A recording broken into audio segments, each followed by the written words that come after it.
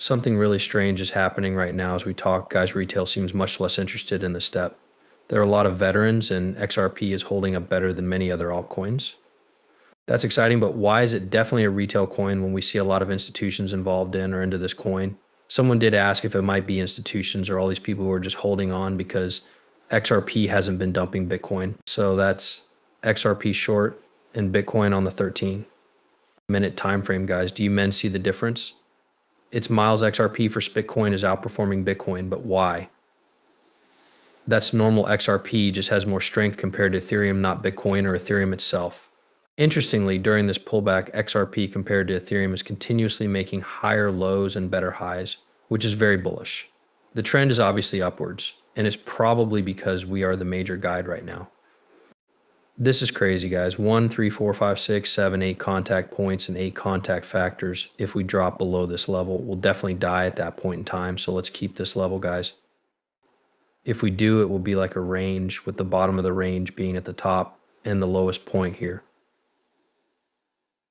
There may be a deviation up here, so we'll see what happens, but it's pretty amazing that it's staying higher than Bitcoin, guys. Because whale sold an extra 110 million XRP in the last 24 hours, it's possible that an insider or whale knows a lot about XRP. What does this mean? He knows that we don't, probably because of the price going up with pushing coming. This is important information. The NASDAQ Bitcoin and Crypto Index ETF was just approved by the ECC. This is crazy, guys. I don't know why.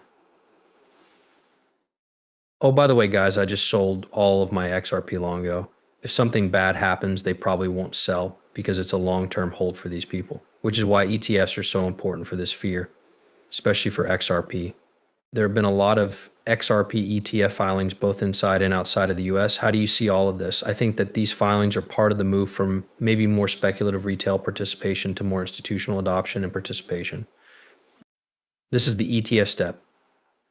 As you know, the SEC had to be dragged kicking and screaming to get the Bitcoin ETF approved, but once it did, it was a huge event in terms of letting more people participate, especially institutional bias. I think I publicly said at the time that people could ask me if there would be an XRP ETF, and I just liked the way it looked like there would be one. Now I think there are almost, I don't know, 4 or 5 different filings here in the US, and I know that at least one is in Europe. I really hope that a lot of them are approved quickly so that people can join the ecosystem who otherwise won't be able to because they don't hold crypto themselves or for other reasons. I'm excited for it for sure. I think it's a great sign, not only for XRP, but for crypto in general. I'll say this, and I think a lot of people already know it, ETFs are real adoption, guys. That's because the average older person doesn't trade by writing down the rattling seed phrase or buying and getting rid of cold storage, guys.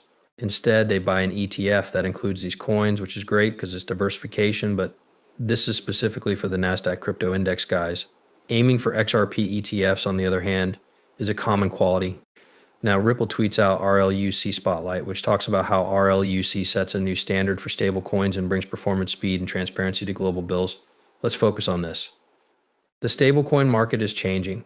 It's been said that up to 90% of all crypto and blockchain transactions now involve stablecoins. Support is unique compared to traditional trade because we have a platform that people can use to come and connect with 31 different buyers and sellers venues.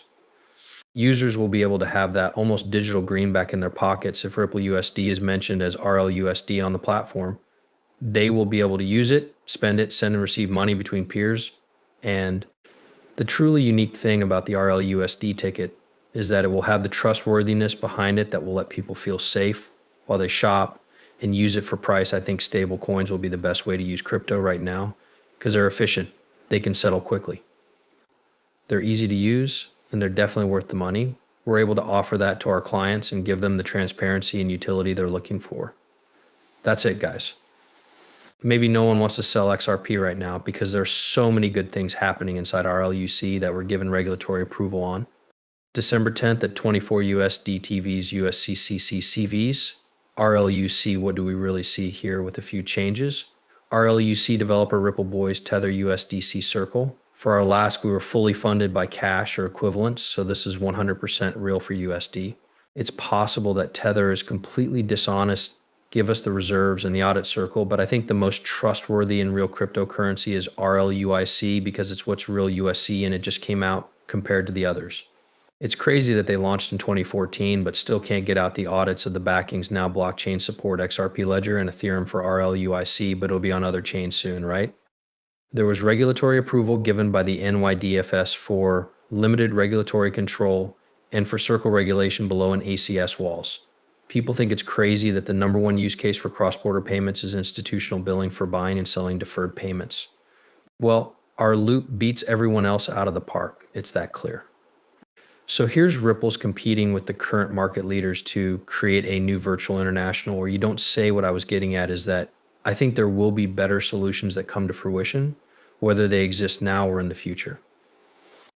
Even though it might not solve Bitcoin's market proportional problems, it might steer the cryptocurrency away from its current path of becoming a global store of wealth of virtual gold held by central banks and governments. What I'm seeing with the XRP topic in particular, because our listeners are interested in your thoughts on this, is that the stablecoin is the first tokenized asset ever on the XRP ledger. This is exciting because it opens the door for other tokenized derivatives like stocks, bonds, treasuries, and ownership rights. So my question is whether XRP or another blockchain, for example, will become the foundation for tokenized assets. I consider Bitcoin and other cryptocurrencies to be better for tokenizing goods because they are cheaper and faster, but they don't have that first move. So my question is, what do you think about the possibility of the XRP ledger tokenizing goods and keeping their value on the chain, where you could earn a return or lend them out or do whatever you want? Then do you think that what you studied could lead to a situation where we have the same problem that Bitcoin did? That is, there's a reason to own this underlying asset. And by betting on this underlying asset, you are definitely betting on tokenized assets in the future. For sure. It's a great summary of how technology is changing, and history is always written by the winners. So we'll see how it all turned out in a few years. But I do think that what you studied could. XRP is one of the competitors, and others say that the provenance blockchain was created by traders and parent companies, and they want it to be the chain for real global asset tokenization. This doesn't mean that they'll win, but that was Mike Agnew, the CEO's dream all along. So I think there are smart people trying to get those positions, and I think we'll have a few factions. One will zoom ahead, and maybe one will seize up. We won't know who the final winner is until we get adoption.